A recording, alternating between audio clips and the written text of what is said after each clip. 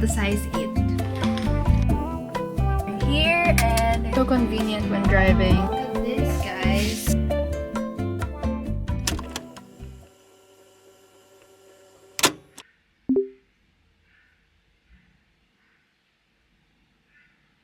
Welcome to another episode of Uni Vlog. It's currently 8:21 AM. Actually, today medyo marami tayong ganap. Kaka-start lang ng third term namin. Right now, I'm doing some of my readings kasi I am taking a literature class this term. Every week, meron kaming 4 or 5 readings and kailangan namin mag-take ng quiz after. I'm trying my best na matapos kahit isa or dalawang readings per day because I don't think I can cram this in just a day and take the quiz the same day. Trying my best para hindi ma-stress, you know. Last reading ko na to, guys. So, after this, ito-take ko na yung quiz. But before anything else, let's make some matcha.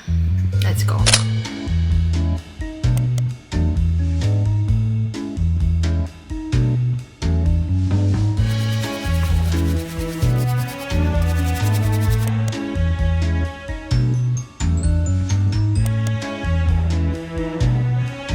Look how green it is.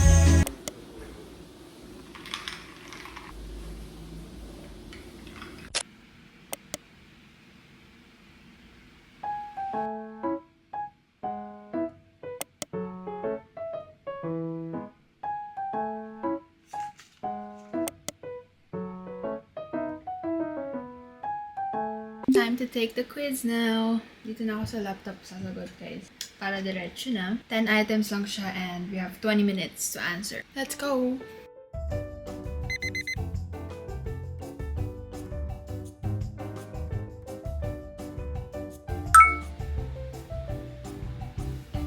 Okay, I'm done. Let me show you. Yay! Let's use the non-static tote bag. License ko nandito, ID, tripod, and lip tint ko for today. This is in the shade Fresh Peach.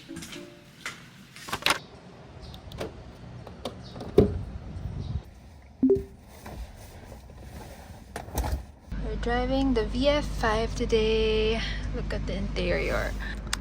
I have to run a few errands. I'm driving the VinFast 5 today, which is so exciting kasi this is a fully electric car. So that means I don't have to make pagas and it's good for the environment. I'm actually so excited kasi first time ko to, guys. I can't wait to share with you yung thoughts ko kung okay ba siya as a first time user. My errands for today, first, I'll go to Taft kasi kailangan kong okay, sabihin ko na.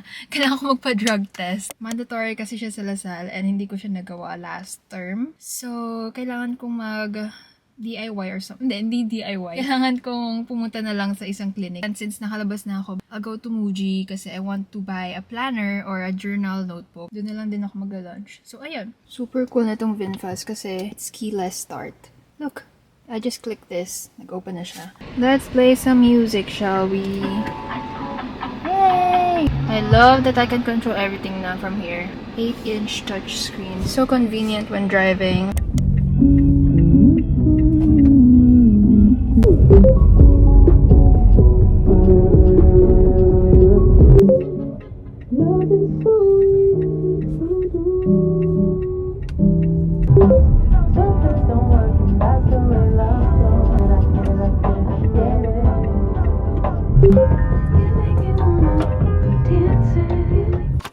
Okay, so nagpark lang ako saglit. Ganito pala feeling ng EV, guys. It's so easy to drive. It feels light. Like, ang dali niya lang i-maneuver. As someone na hindi pa talaga nakakapag-try ng e-vehicle, this VinFast VF5 is actually a great option, guys. And you guys saw the clips. Sobrang chill lang natin mag-drive. Hindi ako nabibigatan sa manubela kasi yun yung problem ko sa cars namin. And ang cool, no? Kasi when it comes to e-vehicle, wala talagang gas. So, nakaka-save pa ako ng money kasi we all know, mahal ng gas. But with this one, i-charge nyo lang siya. I think in 33 minutes, mag-charge nyo siya up to 70%.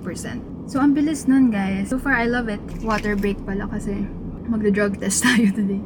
Also, super helpful nung parking assistance. I used the eco mode today because it has 2 modes, eco mode or sport mode. You can also try the sport mode, so mas responsive siya. So yung acceleration niya is mas mabilis, ganun. Pero for chill drives like this, okay yung eco mode. Comfortable talaga siya i-drive, so love it.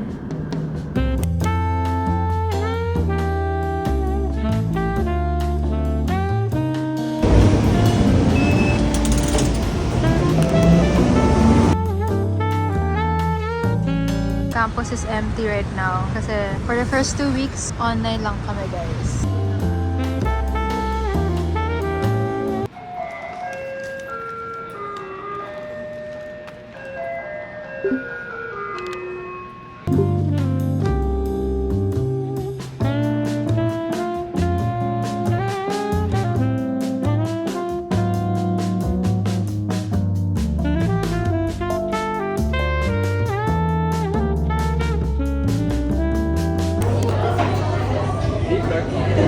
So this is my lunch, chicken teriyaki and matcha.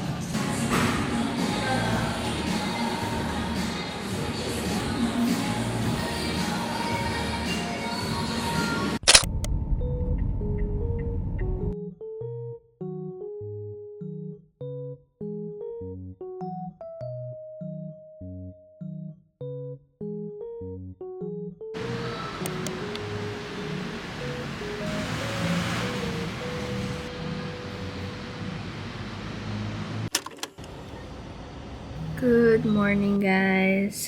It's a Sunday and tamad ako tumayo. Dito ako sa iPad ko kasi titingnan ko yung schedule ko for the day. So, meron akong event ng 11 a.m. I have to shoot content after. And I have to prepare my stuff kasi Monday bukas. Actually, yesterday, I was able to buy a few stuff for school kasi, well, original plan ko, bibili lang ako ng basketball shoes kasi yes, I'm taking a sports class again this term and wala talaga akong basketball shoes, as in parang for running lang. So, I got something. Ay, baliktad. To be honest, I'm not that knowledgeable when it comes to shoes. I just chose kung ano yung maganda. Tinanong ko naman sila sir doon kung ano yung okay for basketball. And sabi nila okay naman daw to. So, anyway, this is called Jordan Luka. Familiar kayo dito, guys, let me know. But this is what it looks like. Ayan, ganyan. Ayan, may Jordan lang dito. I got the size 8. Siyempre, bumili tayo ng socks. So, full gear. Hopefully, makatulong to para gumaling tayo mag-basketball. Never pa kasi ako nakapag-basketball in my entire life. Nung intrams namin nung high school, volleyball lang yung sinasalihan ko nun. Sadly, walang volleyball sa Lasal. Other options were handball, frisbee. Basta, walang volleyball eh. So, sabi ko, okay, basketball na lang. And then, I also got a new perfume. Actually, medyo mali yung nabili ko kasi hindi pala ito yung scent na gusto ko.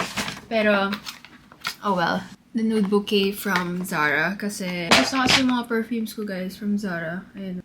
Talagang empty na sila. So, bumili ako ng bago. Mali lang yung scent, pero bumalik na lang ako kasi baka babalik kami ng BGC. Now, I have to prepare for my event today, which is with Furla. I'm still shocked na I get to be invited sa mga events na ganito. Yesterday, I was with Coach. I work with them for their watch campaign. Let me show you. I think it's my 3rd time working with Coach. I got this watch from them. Ito yung event ko kahapon. And today, we're going to Siang naman. Kasi dun yung new store ng Furla. So grateful that I get to work with them. Actually, they sent a bag na gagamitin ko for today. So, look at this, guys. What? Box with me. It's so pretty. I feel like it's so me. With the color. I thought that I would be working with Furla. Anyway, kailangan ko na mag-prepare because I have to be there at 11 a.m. Normally, pag events, hindi ako nakakapag-vlog. Just because may mga deliverables ako na kailangan gawin na hindi ko na nasisingit yung vlog. But yeah, most of the time sa stories nyo lang makikita yung mga events ko. I'll see you guys later.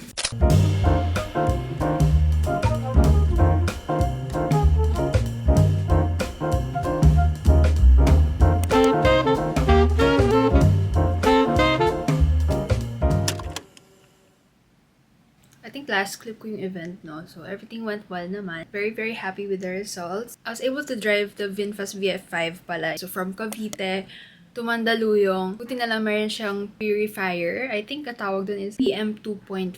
Kahit sobrang init, kahit ang traffic, it purifies the air. While you're inside the car, nakaka-fresh siya. Yun. Anyway, today, actually, very exciting kasi I will be going sa showroom ng VinFast. Dito lang naman sa Manila Bay. Marami silang showrooms dito na VinFast. So, pwede kayo magpa-test drive doon. So, kung gusto nyo matry. I'll be going there just to check the area. And also, I really want to know more about electric vehicles. Meron tayo i-interviewin na gumagamit na ng EV. Since try ko lang naman ng EV. Syempre, mas okay pa rin makaalam ng insights sa mga gumagamit na talaga. So, yun. Mag-aayos lang ako and I'll just see you guys there.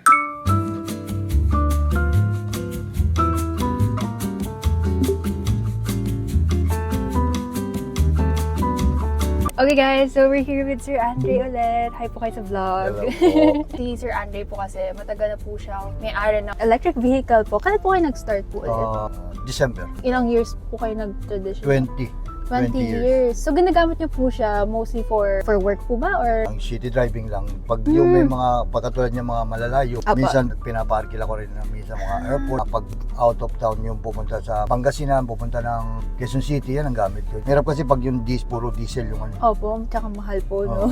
So meron po kayong VinFast VF5. VF5 So ito po yun, no? Ito. Ano pong colorway sa inyo po? Kulay gray. Ah, gray. Okay. So bakit niyo po napili na VinFast when it comes to electric vehicles? Maganda rin yung ibinibigay ng VinFast kasi ang warranty ng VinFast is 10 years. Alagyan natin yung kalabang kumpanyang iba is 7 years, 5 years. Lalo ka dun sa ano kasi Totoo po. maganda nga pero sa 10 years kasi pwede ka magpalit ulit ng bagong baterya pagdating sa VinFast. Mas okay yung long term Pag lumpas ka ng 6 years, 5 years warranty mo, wala ka na. Wala na. Tapon yung kotse mo. Hindi na ano. How about po yung aesthetic po ng car? Nagustuhan niyo po Oo. agad yung itsura niya? Nagustuhan ko kasi siya para siyang hunchback o ano, di ba? Sedan na ano. May nag-influence po ba sa inyo na mag-EV or nakita niyo lang po ito online? Si Tito po kasi sa VinFast America nagtatrabaho. Kahit niya akong kumuha ng VinFast para Apa. mai-try ko kung gaano maganda yung takbo. Meron siyang business na rent-a-car doon sa Amerika. Puro VinFast ang gamit niya. Ah, okay po. Pwede niyo po ba ma-share kung ano po yung favorite feature niyo po so far? Ito Yung po, monitor touchscreen. nila. Opo. O, bago yung Android Auto. Hindi naman po kayo nahirapan mag-navigate or anything? Hindi naman kasi ano naman to eh. Friendly naman lahat yung mga Yes, ano, isang click lang naman siya. Saka pag binuksan mo naman yung cellphone mo, diretso na naka-navigate. Naka-connect na din po yung phone Oo, niyo. Naka-Android Auto. Opo. Yung ship niya, madali lang. Ano po yung biggest impact po na nangyari sa life niyo nung nag-start na po kayo mag-EV? Marami rin naman ang nangyari kasi ngayon, inaano ko to sa rent-a-car. Marami rin naman gustong sumubok. Marami rin silang gusto nilang bumili ng electric ngayon. Inaarkila nila yung sasakyan ko. Tsaka grabe po talaga yung savings, no? Kapag electric. Sa charger naman, pag wala ka namang ano sa SM, libre. Sa bahay, meron ako sa bahay charger. Ano po yung change na gusto niyo po makita in the future because of your decision point transitioning sa EV? Ang balak ni Tito, ng charger station dito sa Pilipinas. So more areas po talaga, Oo. no? Para maging accessible po sa lahat. Kasi meron na tayong lalabas na EV na taxi. Taxi po? Oo.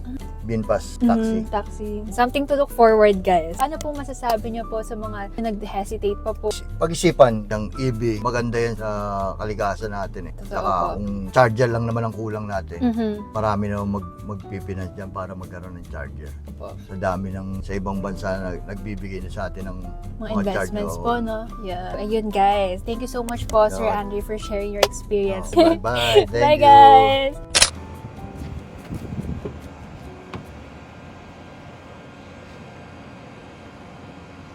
Alright, everyone. We have a passenger princess today.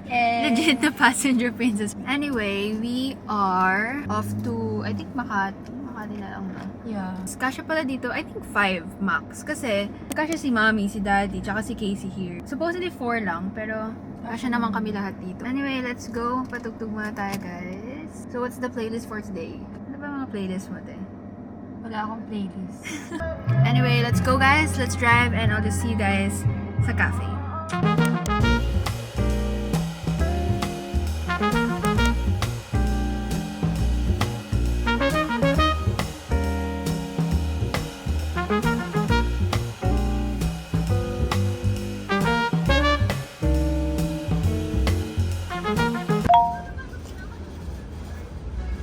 Grocery day.